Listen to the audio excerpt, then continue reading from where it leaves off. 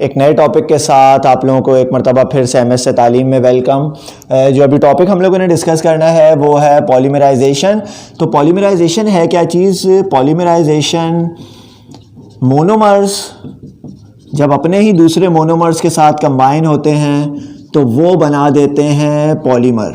जब मोनोमर दूसरे मोनोमर के साथ, दूसरा तीसरे के साथ और इस तरह से लाखों मोनोमर्स जब आपस में कंबाइन हो जाते हैं तो कंबाइन होने के बाद वो फॉर्मेशन करते हैं पॉलीमर की, और इस पूरे फिनोमिना को नाम दिया जाता है पॉलीमराइजेशन का। तो इस पूरे फिनोमिना को, अब सवाल ये है कि सर मोनोमर्स क्या चीज़ है? भाई पॉलीमर बनाने के लिए जो सबसे स्मॉलेस्ट यूनिट होता है, मैंने कहा भाई मेरे पास जो है ये इतना बड़ा एक किस्म का पॉलीमर की फॉर्मेशन हुई हुई है, तो भाई ये जो मेरे पास पूरा इतना बड़ा पॉलीमर बना है ये किसी ना किसी छोटे यूनिट से तो मिलके बना होगा, या ये जो पूरी दीवार है ये इतनी बड़ी दीवार तो यहाँ लाके खड़ी नहीं कर दी गई होगी, ये भी किसी ना किसी छोटे यूनिट से बना होगा। और छोटा सा जो ब्लॉक होता है उसे नाम दिया जाता है मोनोमर। तो अगर आपके पास पॉलीमर की फॉर्मेशन करना चाहते हैं तो उसके लिए जो स्मॉलेस्ट यूनिट होगा जिससे वो पॉलीमर मिलके बना है तो उस स्मॉलेस्ट यूनिट को नाम दिया जाता है मोनोमर। मिसाल के तौर पे मैं कुछ एग्जांपल्स आप लोगों को दे दूं, जैसे आप लोगों ने सुन रखा होगा पॉलीईथीन। तो पॉलीईथीन हमारे पास एक पॉलीमर है। पॉलीईथीन हमारे पास क्या है? पॉलीईथीन हमारे पास एक पॉलीमर है, और पॉलीमर, इस पॉलीमर के अंदर जो मोनोमर इस्तेमाल हो रहा है वो है हमारे पास ईथीन। तो इसके अंदर जो मोनोमर है वो कौन सा है? इथीन। पॉली का मतलब होता है more than two. Poly means more than two. जैसे मोनो का मतलब होता है वन, डाई का मतलब है टू, ट्राई का मतलब है थ्री, इसी तरीके से पॉली का मतलब है मोर देन टू। तो इसके हज़ारों, लाखों, जितने भी आपके पास मोनोमर्स, वो डिपेंड करता है हम कितनी क्वांटिटी के अंदर पॉलीमर बनाना चाहते हैं।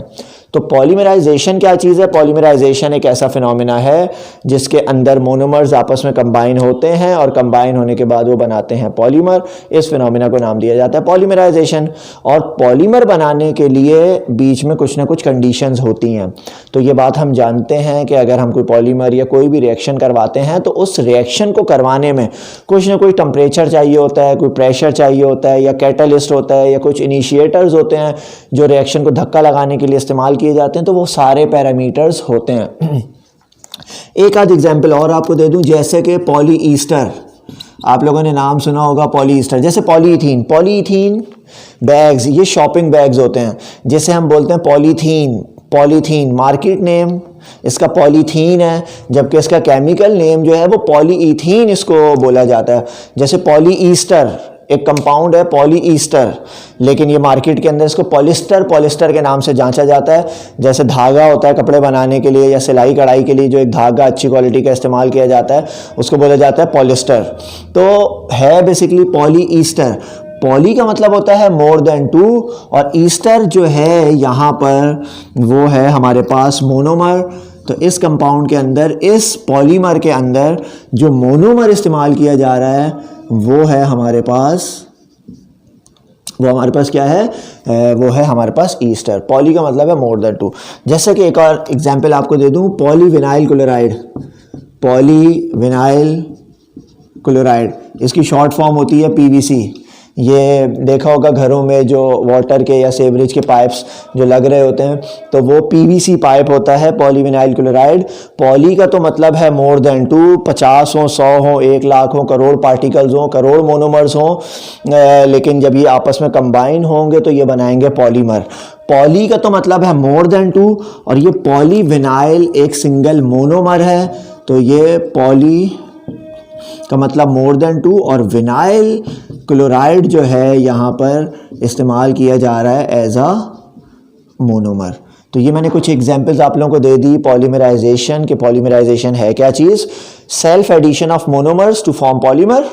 This phenomena is known as polymerization. इसकी फर्दर कुछ टाइप्स हैं। टाइप्स कौन कौन सी हैं इसको वन बाय वन डिस्कस करते हैं। बेटा टाइप्स के अंदर एक जो इसमें फर्स्ट टाइप है उसको बोला जाता है एडिशन पॉलीमराइजेशन, दूसरे को बोला जाता है कॉन्डेंसेशन पॉलीमराइजेशन,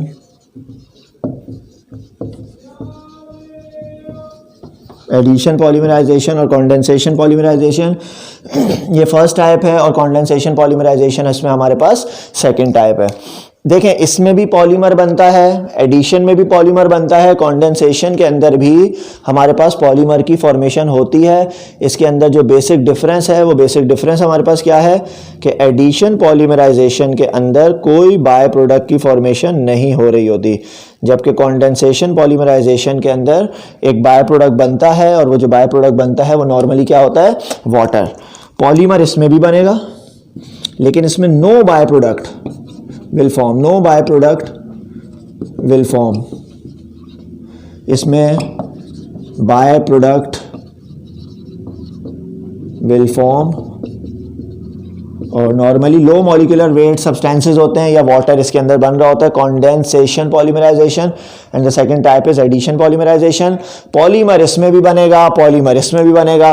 तो जब टेक्निक ही पॉलीमराइजेशन की है तो पॉलीमर के अलावा और क्या बनेगा बेटा, पॉलीमर की ही तो फॉर्मेशन कर रहे हैं, और ये बात हम सब जानते हैं, इसमें तो कोई दो राय है ही नहीं ना कि हम कोई और चीज़ इसके अंदर बना रहे हैं। तो प्लास्टिक बनता है, प्लास्टिक भी एक पॉलीमर है, जो पॉलीथीन बैग्स हैं, जो आपके पास पॉलीस्टर है, पॉलीविनाइल क्लोराइड है, तो बहुत सारी चीज़ें इससे मिलके बनती हैं। अब मैं आपको एडिशन पॉलीमराइजेशन की जो इक्वेशंस हैं वो बता दूं कि इसके अंदर क्या क्या इक्वेशंस बनेंगी। यहीं पे लिख लेते हैं कि एडिशन पॉलीमराइजेशन के अंदर, जैसे एक एग्जांपल है पॉलीईथीन की फॉर्मेशन। पॉलीईथीन किस चीज़ से मिलके बनता है, पॉलीईथीन मिलके बनता है ईथीन मोनोमर से, इथीन मोनोमर से मिलके बनेगा, और यहाँ पे मैंने n लिख दिया। n रिप्रेजेंट्स क्वांटिटी या number of moles of ethene. जब ethene ethene ethene ethene ethene combine होता चला जाएगा तो ये हमारे पास फॉर्मेशन कर देगा पॉलीईथीन की। आप इस तरीके से इसको ब्रेक करके यहाँ पे लिखेंगे। बस बीच में डबल बॉन्ड आपने ब्रेक करना है, डबल बॉन्ड को सिंगल बॉन्ड में ब्रेक कर देना, और ये कंटिन्यूटी को शो करवाने के लिए इधर भी सिंगल बॉन्ड, इधर भी सिंगल बॉन्ड, और इसके ऊपर इस तरीके से ये बना के यहाँ पे n लिख दीजिएगा। तो ये अगर हमारे पास इथीन है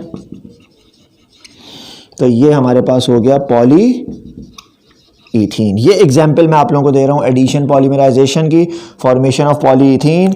इसमें हम temperature 200 degree Celsius temperature, 100 atmosphere इसके अंदर प्रेशर प्रोवाइड करेंगे, 0.01% O2 या फिर ट्रेसेस ऑफ O2 इसके अंदर आप लिख सकते हो कि 200 डिग्री सेल्सियस हमें इसमें देना है टेम्परेचर, 100 एटमॉस्फेयर इसके अंदर हमें प्रोवाइड करना होगा प्रेशर, और 0.01% O2 या ट्रेसेस ऑफ O2 इसके अंदर हमें प्रोवाइड करना होता है। तो ये हमारे पास एग्जाम्पल है एडिशन पॉलीमराइजेशन की। तो नेक्स्ट जो एग्जाम्पल मैं अभी आप लोगों को देने लगा हूँ वो है कंडेंसेशन पॉलीमराइजेशन। तो देखिएगा बेटा, कंडेंसेशन पॉलीमराइजेशन की equation paper point of view से बहुत ज़्यादा इंपॉर्टेंट भी है। तो देखें किस तरीके से इसकी फॉर्मेशन करते हैं। कंडेंसेशन पॉलीमराइजेशन जो सेकंड टाइप है वो है कंडेंसेशन पॉलीमराइजेशन। अब कंडेंसेशन पॉलीमराइजेशन के अंदर एक ही वक्त में दो तरह के मोनोमर्स इस्तेमाल किए जा रहे हैं। वो दो तरह के मोनोमर्स कौन कौन से हैं? फिनॉल और फॉर्मेल्डिहाइड। ये आपके पास बेंजीन रिंग है, और बेंजीन रिंग के ऊपर अगर एक OH की अटैचमेंट हो जाए तो इसे बोला जाता है फिनॉल। तो ये क्या चीज़ है हमारे पास? फिनॉल। दूसरी चीज़ यहाँ पे हमारे पास है फॉर्मएल्डिहाइड। ये एल्डिहाइड का फर्स्ट मेंबर है, फॉर्मएल्डिहाइड, या इसको मीथानल का भी नाम दिया जाता है, मीथानल। इसके अंदर CHO जो है ये एल्डिहाइड का फंक्शनल ग्रुप है, HC डबल बॉन्ड O और H। फिनॉल, फिनॉल के बाद आएगा फॉर्मेल्डिहाइड, फिर यहाँ पे दोबारा से आ जाएगा हमारे पास फिनॉल। ये आ गया हमारे पास फिनॉल।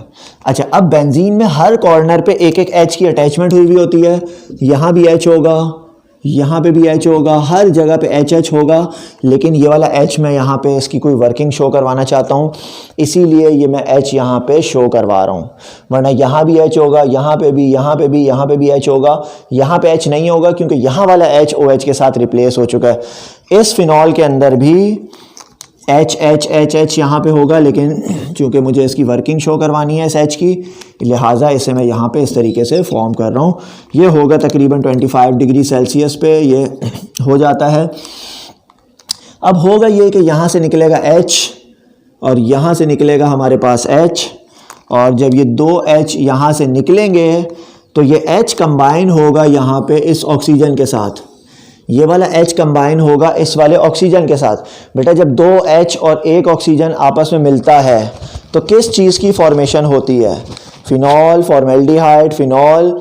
जब यहाँ से H निकला, दूसरी जगह से भी H निकला, ये दो H आपस में कंबाइन होंगे तो बेटा कंबाइन होने के बाद ये किस चीज़ की फॉर्मेशन करेंगे? ये सबसे पहले फॉर्मेशन कर देंगे वाटर की। तो पहली चीज़ तो हमारे पास बन गई वाटर। और क्या क्या चीज़ें यहाँ से ब्रेक हुई? ये वाला डबल बॉन्ड भी यहाँ से ख़त्म हो जाएगा। वाटर के अंदर दो हाइड्रोजन होते हैं और एक ऑक्सीजन होता है। हाइड्रोजन हाइड्रोजन कंबाइन हुए ऑक्सीजन के साथ और वाटर की फॉर्मेशन कर ली। पीछे बच क्या क्या चीज़ें गई हमारे पास? हमारे पास ये बचा यहाँ से फिनॉल, फिनॉल में यहाँ OH लगा हुआ है और ये वाला बॉन्ड अभी इसका खाली है। ये वाला बॉन्ड क्यों खाली है? क्योंकि यहाँ पे जुड़ा हुआ था इसके साथ H और H अब यहाँ से क्या हो चुका है? H यहाँ से हो चुका है रिमूव। सिमिलरली हमारे पास कार्बन 4 जगह बॉन्ड बनाता है, 2 जगह इसका बॉन्ड जो ऑक्सीजन के साथ था वो ख़त्म हो चुका। अब सिर्फ कार्बन का कितनी जगह बॉन्ड बना हुआ है? कार्बन का बॉन्ड बना हुआ है 2 जगह पे, CH2। फिर इसके बाद आ जाता है ये वाला फिनॉल और इस वाले फिनॉल के अंदर भी हमारे पास ऐसे यहाँ पे जो इसका बॉन्ड बना हुआ था वो ये वाला बॉन्ड खाली था, तो ये वाला बॉन्ड इस फिनॉल ने किसके साथ बना लिया? ये वाला बॉन्ड इस फिनॉल ने बनाया इस CH2 के साथ। तो इसका फॉन्ट साइज थोड़ा सा मैं बड़ा कर दूं।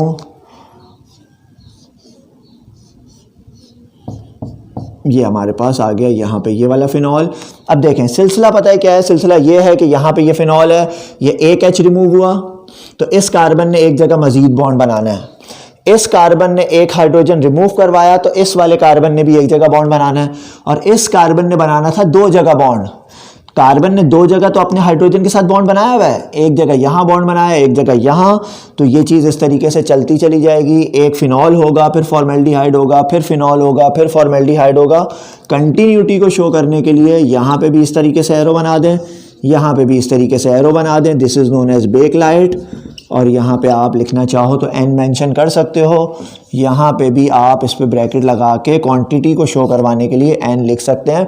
n represents the number of moles और क्वांटिटी। जितनी ज़्यादा मिकदार में आप मोनोमर इस्तेमाल करोगे उतनी ही ज़्यादा मिकदार में आपके पास प्लास्टिक या वो जो पॉलीमर बन रहा है उसकी फॉर्मेशन होना शुरू हो जाएगी। ये जो बेकलाइट यहाँ पे बनता है इसकी मदद से जो है वो स्विचेस, इलेक्ट्रिक स्विचेस, बटन्स और कंप्यूटर केसिंग्स, टेलीफोन केसिंग्स, ये सारे मटेरियल जो इलेक्ट्रिक बोर्ड्स होते हैं वो सारी चीज़ें इसकी मदद से बनाई जाती हैं। तो ये बहुत ज़्यादा डेली लाइफ में हमारे इस्तेमाल होने वाला कंपाउंड एक है। तो बेकलाइट इज़ अ, यहाँ से एक MCQs भी बनता है। वो MCQs क्या है? Bakelite is a polymer of dash and dash. तो इसके अंदर क्या लिखोगे? इसके अंदर आप लिखोगे फिनॉल एंड फॉर्मएल्डिहाइड। फॉर्मएल्डिहाइड ना हो तो इसके जगह मीथानल का भी नाम लिखा हुआ आ सकता है। तो ये है बेटा पॉलीमराइजेशन जो कि हमारे इंटर लेवल के लिहाज से इतना काफ़ी है।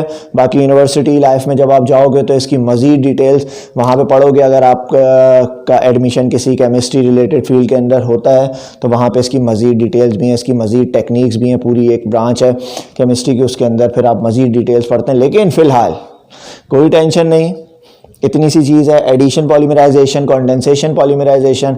नेक्स्ट लेक्चर में फिर आप लोगों से मुलाकात होगी। तब तक के लिए अल्लाह हाफिज़।